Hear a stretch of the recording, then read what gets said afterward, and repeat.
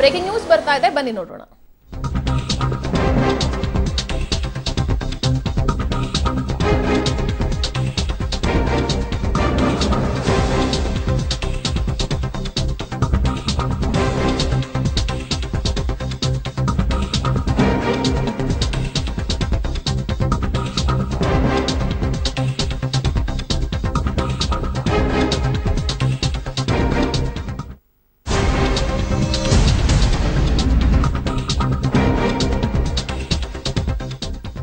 ಬೆಂಗಳೂರಿನ ಮಂಡ್ಯಕ್ಕೆ ಹೊರಟಿದ್ದಾರೆ ಸಿದ್ದರಾಮಯ್ಯನವರು. ಬೆಂಗಳೂರಿನಿಂದ ಮಂಡ್ಯಕ್ಕೆ ಇದೀಗ ಸಿದ್ದರಾಮಯ್ಯನವರು ಹೊರಟಿದ್ದಾರೆ. ಮಂಡ್ಯದಲ್ಲಿ ಇವತ್ತು ನಿಖಿಲ್ ಪರ ಪ್ರಚಾರವನ್ನ ಮಾಡ್ತಾರೆ. ಮಧ್ಯಾಹ್ನ ದೇವೇಗೌಡರ ಜೊತೆ ನಿಖಿಲ್ ಪರ ಜಂಟಿ ಪ್ರಚಾರವನ್ನ ಮಾಡ್ತಾರೆ. ಮತ್ತೊಂದು ಇಂಟ್ರೆಸ್ಟಿಂಗ್ ವಿಚಾರ ಏನಪ್ಪಾ ಅಂತ ಹೇಳಿದ್ರೆ, ಚೆಲುವರಾಯಸ್ವಾಮಿ ಕ್ಷೇತ್ರ ನಾಗಮಂಗಲದಲ್ಲಿ ಇವತ್ತು ಘಟಾನುಘಟಿ ನಾಯಕರಿಬ್ಬರು ಕೂಡ ಜಂಟಿ ಪ್ರಚಾರವನ್ನ ಮಾಡ್ತಾರೆ. ಅಖಾಡ ಇನ್ನಷ್ಟು ರಂಗೇರಿದೆ.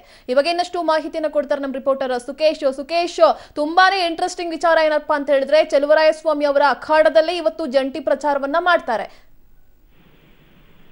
ಖಂಡಿತ ಹೌದು. ಯಾಕಂತಂದ್ರೆ ಎಲ್ಲಾ ಕಡೆಗಳು ಕೂಡ ಜಂಟಿ ಪ್ರಚಾರದಲ್ಲಿ ತೊಡಕೊಂಡಿರುವಂತ ಸಿದ್ದರಾಮಯ್ಯ ಮತ್ತು ದೇವೇಗೌಡರು ಇವತ್ತು ಮಂಡ್ಯಕ್ಕೆ ಕಾಲಿಡ್ತಾ ಇದ್ದಾರೆ. ವಿಶೇಷವಾಗಿ ಇವತ್ತು ನಾಗಮಂಗಲದಲ್ಲಿ ಪ್ರಚಾರ ಕೂಡ ನಡೆಸ್ತಾರೆ. ಅಂದ್ರೆ ಚೆಲುವರಾಯಸ್ವಾಮಿ ಅವರ ಕ್ಷೇತ್ರ ಕೂಡ ಹೌದು. ಆದ್ರೆ ಇದುವರೆಗೂ ಮನವರಿಕೆ ಆಗದ ಚೆಲುವರಾಯಸ್ವಾಮಿ ಮತ್ತು ಬಹುತೇಕ ಎಲ್ಲ ಕಳೆದ ಬಾರಿಯ ಮಂಡ್ಯ ಜಿಲ್ಲೆಯ ಕಾಂಗ್ರೆಸ್ನ ಪರಾಜಿತ ಅಭ್ಯರ್ಥಿಗಳು ಜೆಡಿಎಸ್ ಜೊತೆ ಕೈ ಜೋಡಿಸಲಿಕ್ಕೆ ಒಪ್ಕೊಂಡಿಲ್ಲ. ಅದರ ನಾಯಕತ್ವವನ್ನು ವಹಿಸಿಕೊಂಡಿರುವಂತದ್ದು ಚೆಲುವರಾಯಸ್ವಾಮಿ ಮತ್ತು ಚೆಲುವರಾಯಸ್ವಾಮಿ ಅವರ ಸ್ವಕ್ಷೇತ್ರದಲ್ಲಿ ಇವತ್ತು ಪ್ರಚಾರದಲ್ಲಿ ಸಿದ್ದರಾಮಯ್ಯ ಕೂಡ ಭಾಗವಹಿಸ್ತಾ ಇದ್ದಾರೆ.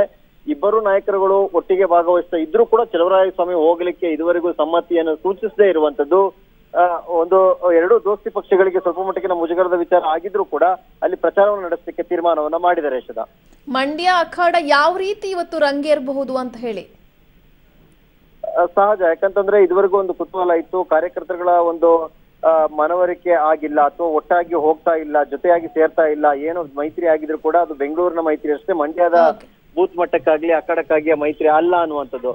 ಆದ್ರೆ ಎರಡೂ ನಾಯಕರುಗಳು ಒಟ್ಟಿಗೆ ಹೋಗೋದ್ರಿಂದ ಕಾರ್ಯಕರ್ತರ ಮೇಲೆ ಯಾವ ರೀತಿ ಮೆಸೇಜ್ ಪಾಸ್ ಆಗುತ್ತೆ ಅನ್ನುವಂಥದ್ದು. ವಿಶೇಷವಾಗಿ ಸಿದ್ದರಾಮಯ್ಯ ಮತ್ತು ದೇವೇಗೌಡರ ನಡುವಿನ ದಶಕಗಳ ಕಾಲದ ಜಿದ್ದು, ಪರಸ್ಪರ ವಿರುದ್ಧ ದಿಕ್ಕಿನಲ್ಲಿ ಮಾಡಿದಂತ ರಾಜಕಾರಣ, ಅವೆರಡೂ ಮರೆತು ಅವರು ಒಟ್ಟಾಗಿರುವಂತದ್ದು ಯಾವ ರೀತಿ ಪರಿಣಾಮ ಬೀರುತ್ತೆ ಅಂತ ಕೂಡ ನೋಡ್ಬೇಕಾಗುತ್ತೆ. Okay, thank you Sukesh.